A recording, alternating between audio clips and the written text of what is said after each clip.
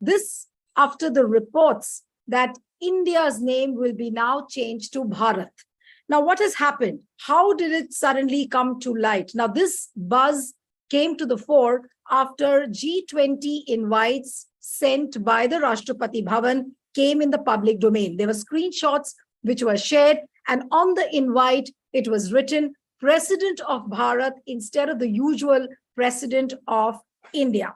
And within moments, all the TV channels across the country started flashing source-based reports that in the upcoming special session of the parliament, probably the government is going to pass a resolution and will change India's name to Bharat, which means that the official name of India will now become Bharat. But of course, there are other legal questions to it, that there has to be a constitutional amendment and all of that we'll discuss. But the main questions which we are asking after this news has come out in the public domain is the government really serious on changing India's name to Bharat? The second bit is that, is this another balloon which is being floated by the government, given the fact that you need a 2/3 majority, and especially how will it happen in Rajya Sabha? So is that possible, or is this just another balloon being floated by the government? And the third question is the politics behind it, that why does the government of India want to erase the word India? Is it because of the recently formed India Alliance? Does the government want to checkmate the India Alliance and its politics? All this and much more we'll be discussing. I have three veterans with me, and I'm so happy to have this panel with me this evening. We have Supreme Court lawyer, veteran lawyer Sanjay Hegde with us. Thank you so much, Mr. Hegde. We have Rakesh Bhattabyal from the Jawaharlal Nehru University. So thank you so much. And I have Professor Apurvanand from the Delhi University. Mr. Apurvanand, thank you so much for joining. And I'd like to begin with Sanjay Hegde. Mr. Hegde, how easy or how difficult this job is before the government? And do you think that the government is really serious on changing the country's name? It is very difficult in these interesting times to determine what the government is serious about and what it is not serious about. I don't think it is serious about handling unemployment, for instance. But every day it gets up and is serious about something.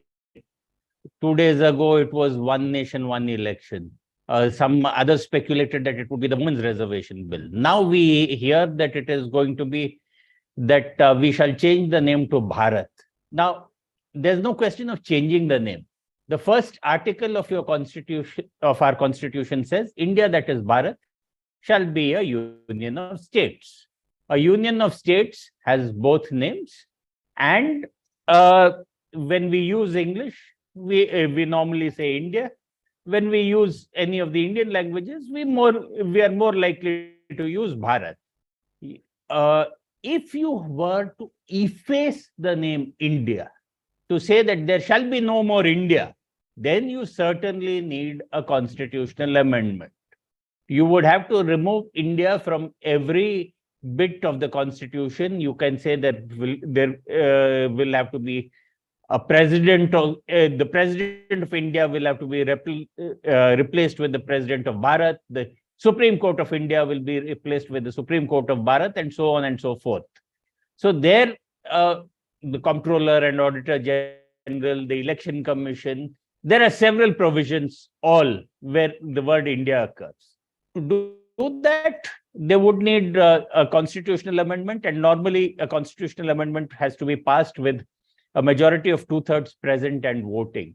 Now, this special session, how many people will be present, how many will be allowed to be present, and how many will be voting, those are different questions.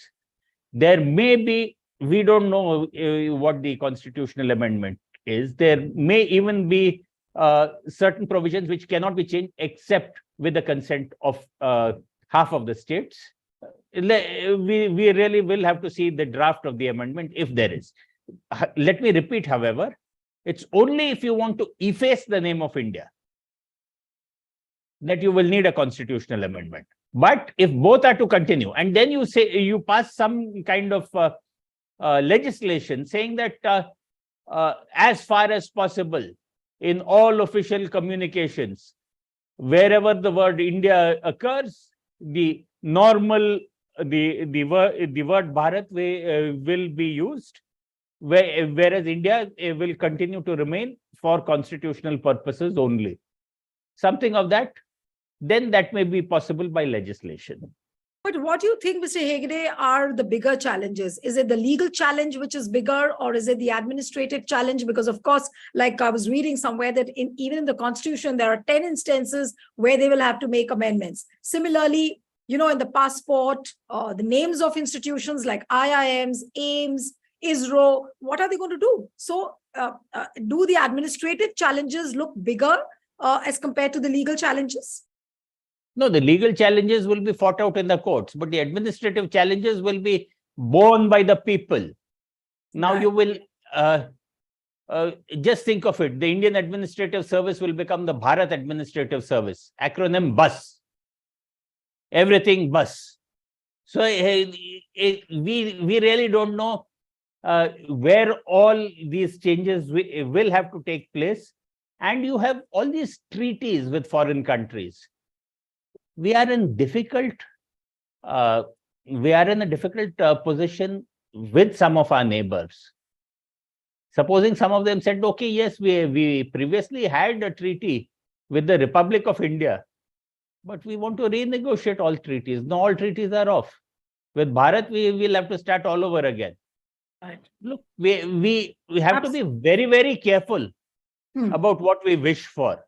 Right. It is not as if somebody can get up early in the morning and say, "Chalo, kuch tufani ho jaye." Okay. Mr. Bhattavyal, do you think that this is a thoughtless move by the government? And what is it really going to achieve by changing the name of the country? I don't know about the government as such, but if you see the RSS, the ideological and knowledge base of this part of this government, has a visceral dislike for the word India, because everything that they have done over the last 100 odd years or whatever years they are, any organization they had set up, they have used the word Bharat as contrary to India. So you have an Indian National Congress, everything, Bharatiya Mazdoor Sangh, Bharatiya Trade Union, whatever, including the recent organizations they have set up to monopolize or part away many of the things, including press and all. They have used the Bharat Samachar, Bharat, everything is Bharat.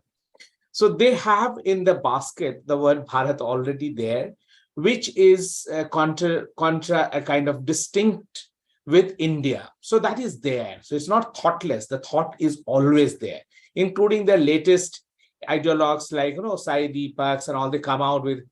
And most often this is an assertion.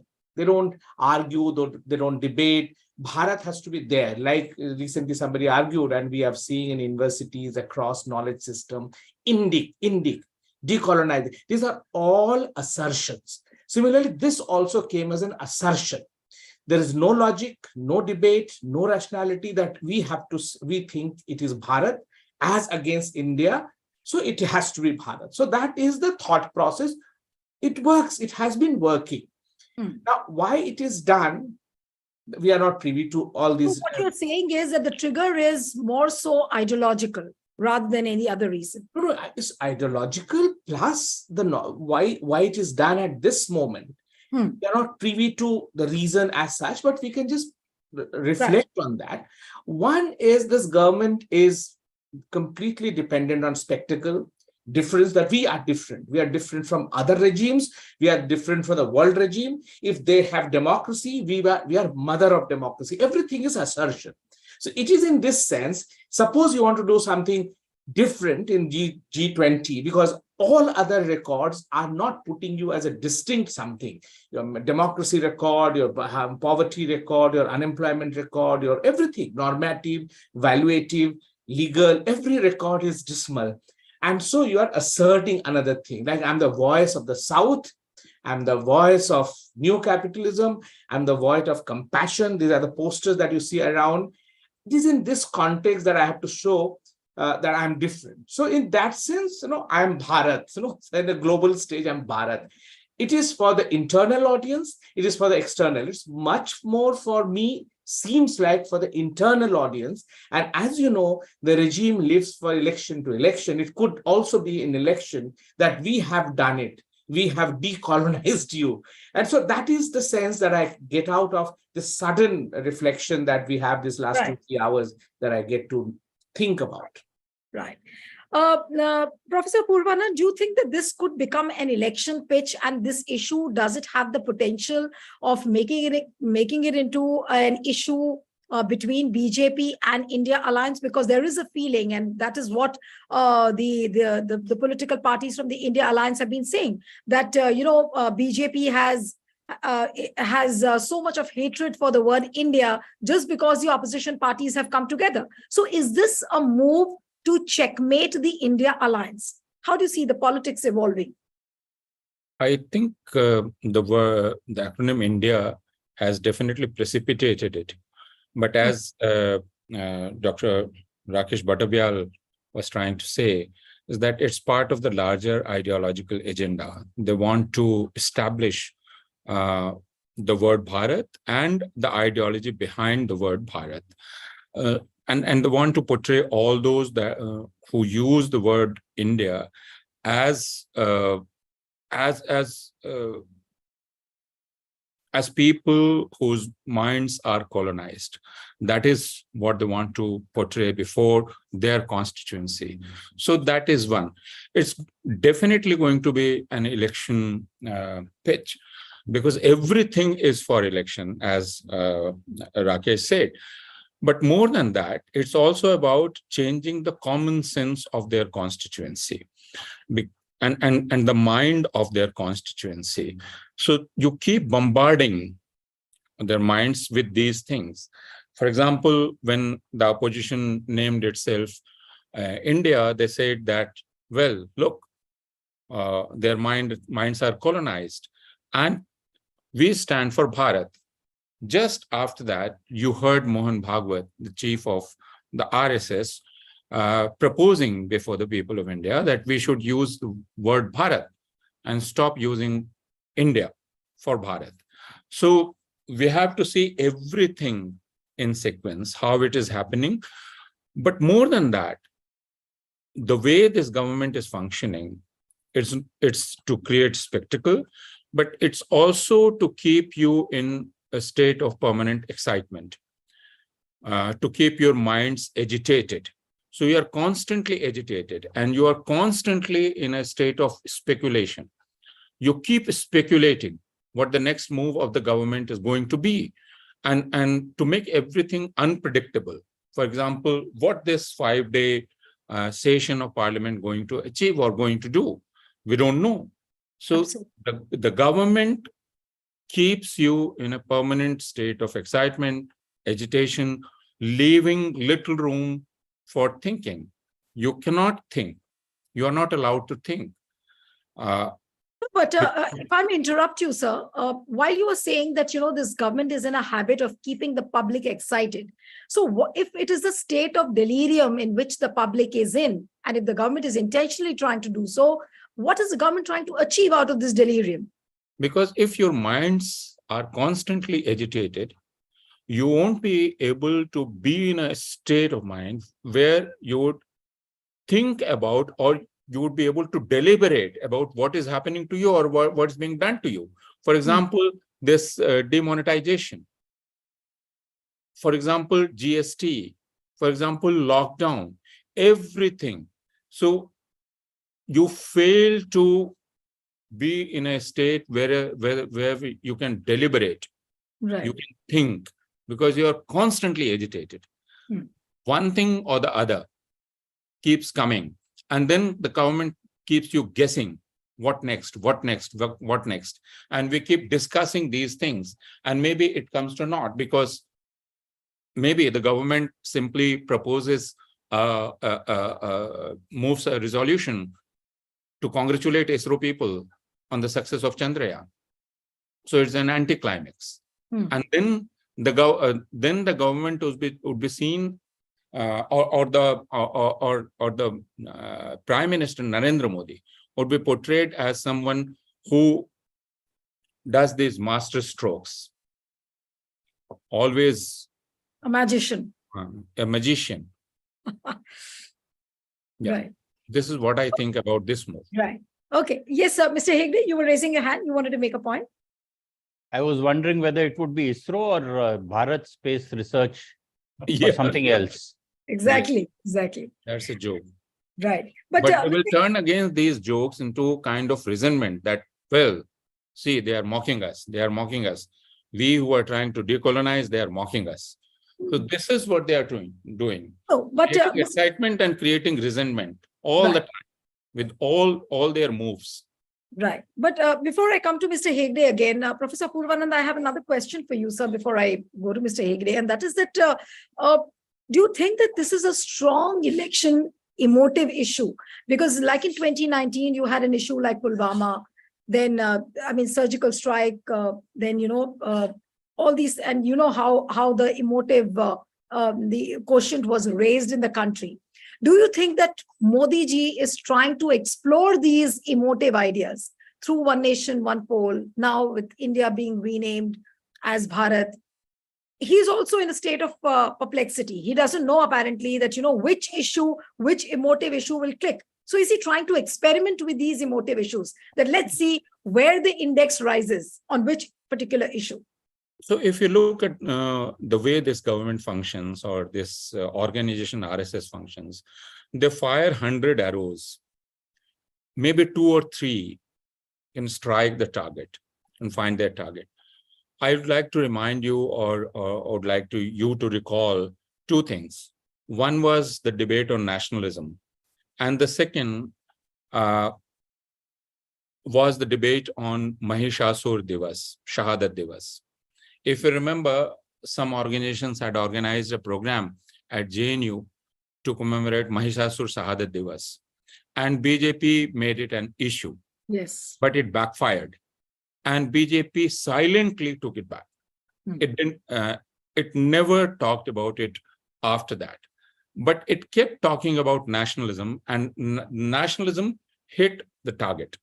So it fires 100 arrows. Some of them hit the target, some of them not, but doesn't care. It's not like communist parties. It's not like those parties who make a program and then work according to their program.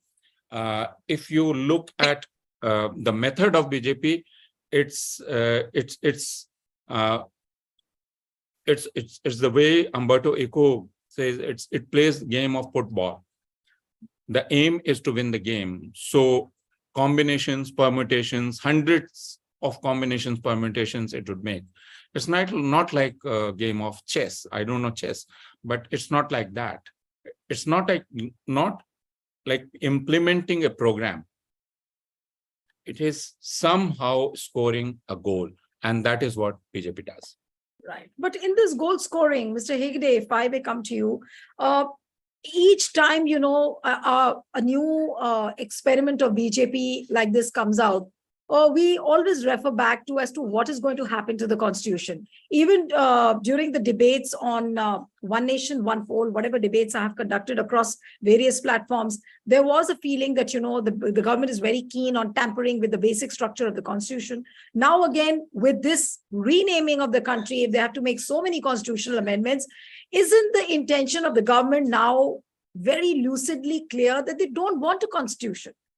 Is it not very clear? As a legal luminary, what do you really feel? Is the constitution really going to survive, or will it also be effaced like India? Well, a long time ago, I think it was in 1944, where Justice Learned Hand of the US in a speech called The Spirit of Liberty said that people sometimes place too much hope in constitutions. He said, liberty lies in the hearts of men and women. And when it dies there, no court, no constitution can do much to save it. If the Indian people are not invested in the constitution, whether it be this government or any other government, who will treat it as a mere piece of paper, which can be pushed around, which can be changed, which can be amended as they will it to be. The constitution will be then what the leaders want it to be. But if, on the other hand, it is seen as a solemn compact of citizens on how they are to conduct their national business, how they are to live with one another, then any amendment or any change will have to be done with the same solemnity through a process of deliberation leading up to the amendment and the passage through Parliament. Today, it almost seems to me that if the leader of the day decides that, oh, this part, let's dispense with it. This part, let's change. And then the media gets on clapping, the members of Parliament clap and pass, and that is it. So we as citizens need to be more invested in our constitution. We need to realize that the constitution is us and that we have to defend ourselves.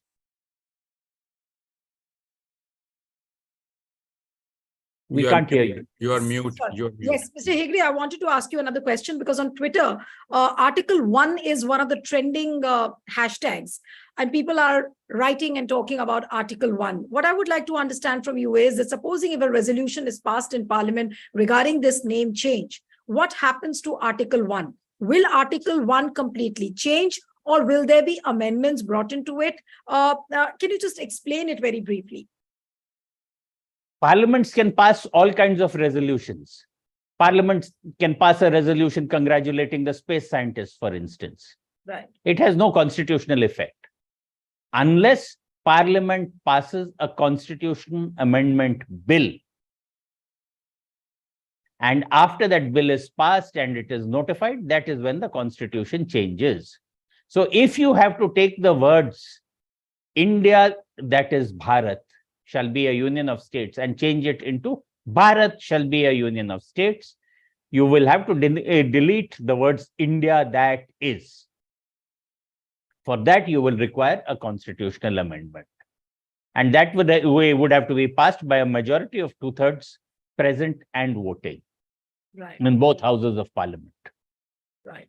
And Rajya Sabha doesn't look likely because the government doesn't have a 2/3 majority. So is it bound to fail then? See, the crucial words are present and voting. There can be various parties which may decide not to be present. Right.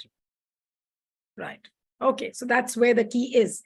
Rakesh Patapil, I was looking at the list of the countries whose names have got changed, like Ceylon to Sri Lanka.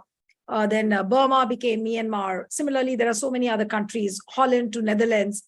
Now, India will also, if at all the name is changed, it will belong to the club of those countries who've gone ahead, given an explanation to the United Nations as to why their name has been changed. What do you think that the government of India is going to give United Nations an explanation as?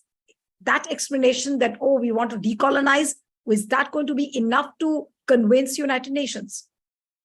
Well, I don't think we should go that line because that will be accepting this whole logic. India has an identity and in fact, it's a major identity, our modern identity. Along with Bharat, whatever Bharat has a historical consciousness, we have Bharat, but India too is our part of our historical consciousness. It is, Ceylon was not part of Sri Lankans, Tamils or Sinhalas historical consciousness. It was a given name in a modern times. Similarly, Myanmar, Burma has an issue and therefore they went back to Myanmar. We are changing many names, the English names from Bangalore becomes Bangalore. We have been doing that exercise. Quite often those exercises were right in terms of the spirit of the game. But here India is part of our identity for even sometime in written identity more than what Bharat has in some sense. Bharat is an identity, but Bharat is slightly local identity, localized identity than India as an identity of a landmass from outside. So it's part of our identity. In that sense, it is, we should not go that line, what kind of rationale. The question that you're asking is, if suppose we go that line, what are the reasons for doing that? To me, what Apurvananji Sorry to interrupt you. Why I asked you this question particularly was that the BJP leaders who've come out openly in support of this move, they have said that, we want to do away with the colonial mindset, and they're talking about this colonialism only. That's the reason. That's what I was hinting at. And in fact, this kind of decolonization, the debate that you thought, in fact, it tallies with what Apurvananji is actually referring to, is a constant set of victimization. You are victim. You are victim of history. You are victim of the rage. So you have to be portrayed all the time as a victim. And this is the base of a kind of nationalism that RSS or BJP or any right wing, many other countries are doing the same. Erdogan is doing same in Turkey. Orban is doing in Hungary. So all the right wing sections are doing exactly the same sense. Hungary, for example, declared its 4th June as a victim of the Trianon Treaty, as we have done. We followed just a year later by declaring 14th August as a partition massacre day. So you have to be in a permanent state of victimhood. So therefore, this, as Apurvananji rightly said, one more arrow in the same line, that if you reject, if you accept, in both sense, we have succeeded in making you victim of history. So that is I don't want to be victim. And that's why, it's the sense, I don't want to be part of that victim mode. And that is what all kind of positive politics has to be brought in to say that, look, our nationalism is not a nationalism of victimhood. Our nationalism is about political possibilities, political action, and all this victimhood and constant fear of insecurity, constant insecurity. In fact, one of the major explanations for rise of fascism is all fascists came up by giving you a constant sense of insecurity, that you are insecure.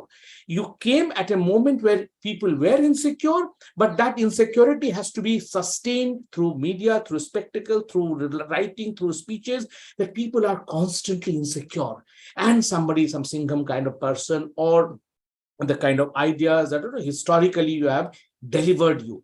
So this is where I don't want to agree with this argument that we have to get new explanation as to why should we change our name. I don't want to change our name. No, it's quite interesting also what Apurvananji and both of you said, that, the government is trying to portray you as a victim and as permanent victims of some malady or the other. But the next question, Apurvananji, is that will this move also lead to some kind of an identity crisis? Of course, I was reading it somewhere that, so many websites have those names which end up with the country name, the country code, .in. Now, that apparently could be a major problem. But when it comes to the citizens of the country, that apparently will be solved in some way or the other. But what happens if the citizens of the country go through some kind of an identity crisis? Well, I'm not too sure about it. Who are those people? We need to also ask this question. Who are those people? Because if they are constituents of the BJP, then nothing matters to them other than what the master orders them to do. So as Sanjay Hegde was saying, that it depends on who you are and what your values are. So, and what do you think about your identity? You can be Rakesh Bhattacharya, who feels that he has multiple identities and he embraces all of them. And he is not fearful of any other identity. So, for example, this word Indie or India, it pre-existed British. Well, it's not something which Brits gave us. It existed even before them. And we were known as Indie people. So, and what about Bharat and what about Hindustan? And why should we choose between Bharat and Hindustan and India? So these are the questions we need to ask. And why is it that this identity question has become so crucial for a particular section of the constituents of who are also the constituents of the BJP? They need to think about it. Why are they not feeling secure? Why are they not confident when they say that, well, the world is recognizing our power, and at the same point of time, you say that, well, we need to get out of this and we need to gain this confidence. So you were not confident enough. It says that. Yeah. No, but Apurvananji, do you think that this is maybe just the penultimate step towards the Hindu Rashtra? Of course, there are many examples where we already so many times have said there is already a Hindu Rashtra in many aspects. But naming India as Bharat, do you think that because in the 75th year of independence, Modi, it seems, is looking for all those big ideas? We went to the moon, we are now on way to the sun. Apparently, some other planetary system or solar system we'll try and penetrate into. Then we have one nation, one pole. Now India being renamed. So these big ideas in the 75th year of independence, what do you think is he trying to achieve through these big ideas? Is he trying to say that, look, what I am doing, it's these kind of steps have not been taken ever before? See, the lexicon that Narendra Modi brought with himself, the word transformation was very crucial to it. He turned Yojana Ayog into National Institute of Transformation of India. So what he's trying to tell his constituents and his people is that I'm on a transformatory mission. In the recent Lal Killa address, he said that it's perform, reform, transform. So these things, what we call tukbandi in Hindi, perform, reform, and transform. So I'm going to transform it, and you won't recognize it. That is what he's promising to his people. And it's a big thing. And he's trying to tell his people that I am going to do it in all aspects of your life, collective life. And this is one of them, definitely. And it's a psychological move. It's a political move. It's an ideological move. Whether it's going to be made or not, as Sanjay Hegde said, is something we'll keep guessing till the parliament meets. As we were discussing, I read that Narendra Modi is going to move this resolution. This is what a website has reported. Yes. Now we don't know. Yeah. So the intention is very clear from what you're saying, that the move is political, ideological. I'll take the concluding comments from Mr. Hegde and Mr. Rakesh Bhattavyal. I'll come to you, Mr. Hegde, first, that these kind of moves or the efforts by the government, how do you think Prime Minister Narendra Modi is going to be remembered as? In the 75th year, he changes the name of the country also. How would history remember Modi? Ironically, he may prove his detractors right. He may end up as the man who destroyed India. Powerful comment there. Yes, Mr. Bhattavyal, according to you? Interestingly, Dr. Hegde said, destroyed India. If suppose this bill is passed and India becomes Bharat, he's already destroyed the very name of India. But I think history is generally cruel with people, and so I don't know the future historian how they write, but the killing of democracy is definitely going to hurt not just his reputation in history.